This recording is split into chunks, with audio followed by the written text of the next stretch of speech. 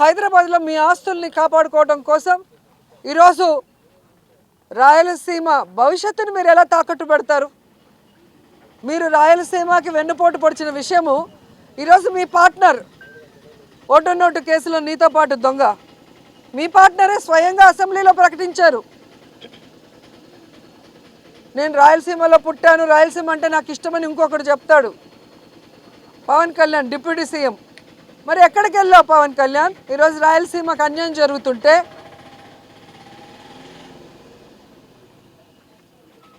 ఈరోజు రాయలసీమకు వెన్నుపోటు పోస్తుంటే చంద్రబాబు నాయుడు గారు ప్రశ్నించకుండా కత్తందిస్తున్నావా? దీనికోసమైనా నువ్వు పార్టీ పెట్టింది? దీనికోసమైనా నువ్వు కూటమిలో చేరింది? దీనికోసమైనా చంద్రబాబు నాయుడిని గెలిపించింది? ఇంకా 15 సంవత్సరాలు చంద్రబాబు నాయుడు ముఖ్యమంత్రి చేయడానికి పనిచేస్తూనే ఉంటారు. దేనికి? ఈ రాష్ట్రం అనేది లేకుండా, మ్యాప్లోనే ఆంధ్రప్రదేశ్ అనేది లేకుండా చేయడానికే ఆయనతో జత కలుస్తామని అడుగుతున్నా. మీరు వచ్చింది రాష్ట్రాన్ని బాగు చేయడానికో రాష్ట్ర ప్రజలకు మంచి చేయడానికో కాదనేది అందరికీ అర్థమవుతుంది. కేవలం కక్ష సాధింపులు, రెడ్ బుక్ రాజ్యాంగం అంటూ ఏ విధంగా విచ్చలవిడిగా అరాచకాలు చేస్తున్నారు, అన్యాయాలు చేస్తున్నారు, దోపిడీలు చేస్తున్నారు ప్రజలందరూ గమనిస్తున్నారు. ఖచ్చితంగా నేపాల్లో లాగా మిమ్మల్ని కూడా తరిమి తరిమి కొట్టే రోజులు చాలా దగ్గరలో ఉన్నాయని కూడా హెచ్చరిస్తున్నాం. అండ్ నిన్న మొన్న చూశాను నేను భోగాపురం ఎయిర్పోర్ట్ గురించి. సిగ్గు లేకుండా సెంట్రల్ మినిస్టర్ రామ్మోహన్ రావు గారు, అచ్చెన్నాయుడు వీళ్ళందరూ కూడా చంద్రబాబు నాయుడు కృషి చేశాడంట. ఏం కృషి చేశాడు నాయన? ఎన్నికలు ఉన్నాయంటే నెల ముందర రాయేయటమా? ఇలాంటి రాళ్ళు రాష్ట్రం మొత్తం వేశాడు. ఏ రోజు ఏ రాయికి పనిచేయలేదు. జగన్మోహన్ రెడ్డి అక్కడికి వెళ్ళి ల్యాండ్ అక్విజిషన్ చేయటం కానీ, అక్కడున్న రైతులకి కాంపన్సేషన్ ఇచ్చి పునరావాసం కల్పించడం దగ్గర నుంచి, దానికి అమౌంట్ని కేటాయించి దాన్ని శరవేగంగా పనులు చేయించడం అనేది అందరూ గమనిస్తున్న విషయం. అండ్ సాక్షాత్తు జిఎంఆర్ హెడ్ మల్లికార్జున్ గారు చెప్పారు కదా, ఆ రోజుల్లో వైఎస్ఆర్ గారి చేతుల మీదుగా శంషాబాద్ ఎయిర్పోర్ట్ కట్టాను, ఈరోజు ఆయన కొడుకుల చేతి మీదుగా భోగాపురం ఎయిర్పోర్ట్ కడుతున్నా, నాకు చాలా హ్యాపీగా ఉంది అని. ఇంత స్పష్టంగా వాళ్ళు పబ్లిక్గా మీటింగ్స్లో చెప్పిన దాన్ని ప్రజలు వినలేదనుకున్నారా, చూడలేదనుకున్నారా, లేదా మతిమరుపులు ప్రజలకు అనుకున్నారా? సిగ్గు లేకుండా అబద్ధాన్ని చెప్తున్నారు. ఇదే రామ్మోహన్ గారిని నేను సూటిగా ప్రశ్నిస్తున్నా. మీకు దమ్ము ధైర్యం ఉంటే ఆల్రెడీ చంద్రబాబు నాయుడు అదే సమయంలో నెల్లూరులోను కుప్పంలో కూడా ఎయిర్పోర్ట్ కడతానని రాయేశాడు కదా. మరి భోగాపురం కట్టగలిగిన వాళ్ళు ఎందుకు ఇవి కట్టలేకపోయారు? మీ అబద్ధాలు నమ్మటానికి ఎవ్వరు లేరు. మీరు నిరూపించుకోవాలి అంటే ఈ నెల్లూరులో ఎయిర్పోర్టు, కుప్పంలో ఎయిర్పోర్టు మీ చంద్రబాబు నాయుడు స్టోన్ వేశాడు కదా 2019లో, దాన్ని పూర్తి చేసి చూపించండి. ఈ రామ్మోహన్ రావు కేవలం మైకుల ముందు మాట్లాడటానికి తప్ప పనిచేయడానికి పనికిరాడు అని నేషనల్ మీడియానే ఏ విధంగా గడ్డి పెట్టిందో మీరు చూశారు.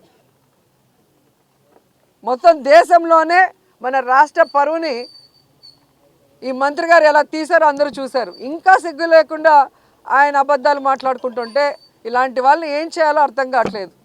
నాకు తెలిసి విదేశాల్లో అయితే ఇలా తప్పుడు వాగ్దానాలు చేసే వాళ్ళని, అబద్ధపు మేనిఫెస్టోలు ఇచ్చే వాళ్ళని, ప్రజల్ని మోసం చేసే వాళ్ళని ఎత్తి లోపలేస్తారు జైల్లో. ప్రతిపక్షం లేని గత కాలపు ముఖ్యమంత్రి వారి పార్టీ వాళ్ళు మాట్లాడుతూ ఉంటారు. అంటే వాళ్ళకి ఈ సందర్భంగా వాటే తెలియజేయాలనుకుంటున్నా, మీరు అధికారంలో ఉన్నప్పుడు మీ బెదిరింపులకి మేము భయపడలేం. మీరు అధికారంలో ఉన్నప్పుడు మీరు చేసే దౌర్జన్యాలకి మేము భయపడలేం. ఒక్కొక్కరిని చంపేస్తాం, మళ్ళీ మేము వస్తాం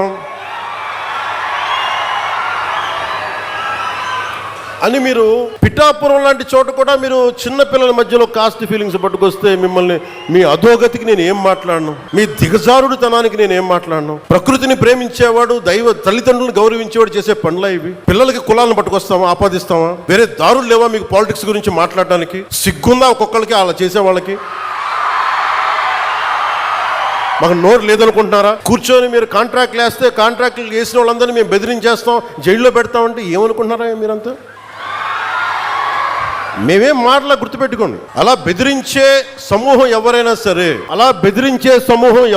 సరే మిగతా వారి గురించి నాకు తెలియదు. పవన్ కళ్యాణ్కి అధికారం ఉన్నా అధికారం లేకపోయినా పవన్ కళ్యాణ్ ఎప్పుడు పవన్ కళ్యాణ్ లాగే ఉంటాడు. భయపడ్డాం.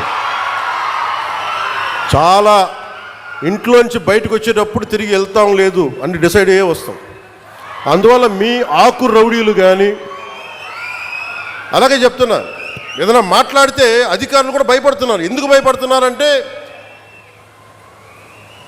చెవుల్లో చెప్తారు, అదే సార్ వాళ్ళ వెనక చాలామంది రౌడీలు ఉంటారండి, కిరాయి హంతకులు ఉంటారంటే, మీకు కరెక్ట్గా యోగి ఆదిత్యనాథ్ లాంటి ట్రీట్మెంట్ కనుక ఒక్కొక్కడికి ఇస్తే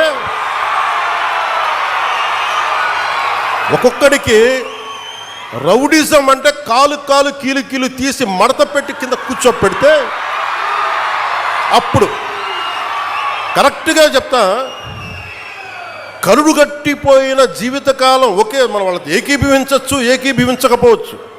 నక్సలైట్స్ తోటి, వామపక్ష తీవ్రవాదులతో మనం ఏకీభవించకపోవచ్చు.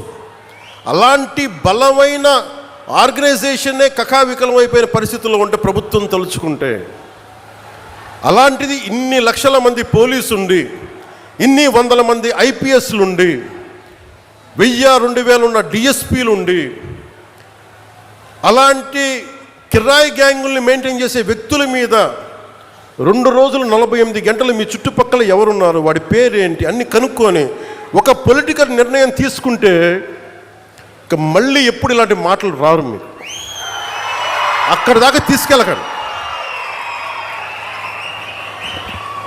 మీరు ఇదే చెప్తున్నాను ఇంకొకసారి, సామాజిక మాధ్యమాల్లో కానీ విదేశాల్లో కూర్చొని వాగే వాళ్ళతో సహా ఇక్కడ కూర్చొని భవిష్యత్తులో మేము వచ్చి మేమేం చేస్తామంటే, వచ్చినప్పుడే మీరేం పీకలేదు మరి ఏం మాట్లాడతారు? ఇప్పుడు వచ్చినప్పుడే మీరు ఏం పీకలా అంటే ఏమనుకుంటారు? మీరు కూర్చోబెట్టి మీరు బెదిరింపులు చేస్తే భయపడతాం అనుకుంటున్నారా? దానికి మేము ఒక్కడు చిన్నప్పటి నుంచి కూర్చొని అమరజీవిని గుండెల్లో పెట్టుకున్నాడంటే వాడికి ఎంత పిచ్చి ఉంటుంది? ఏ మ్యాడ్నెస్ ఉంటే ఇలా వస్తాం మేము? ఏ అండదండ లేకుండా పార్టీ పెట్టి ఇక్కడ దాకా వచ్చామంటే ఎంత కమిట్మెంట్ ఉండాలి నీకు? సమాజం మీద, దేశం మీద, రాష్ట్రం మీద, ప్రజల మీద. పద్ధతులు మార్చుకోండి. ఒక మాట అనాలంటే అనండి, తప్పేం లేదు. డెమోక్రసీ ఇది, ప్రజాస్వామ్యం. ఖచ్చితంగా అనండి. అనడానికి కొన్ని గీతలు ఉంటాయి. గీతల్ని దాటి మాట్లాడితే మీ చేతికి మళ్ళీ ముద్రలు వేయడానికి ఏముంది? అలా మాట్లాడే వాళ్ళు చెప్తున్నాను ఇప్పుడే, మీ చేతి మీద గీతలు తీసేస్తాం, అంత అరగదీస్తాం. గుర్తుపెట్టుకోండి.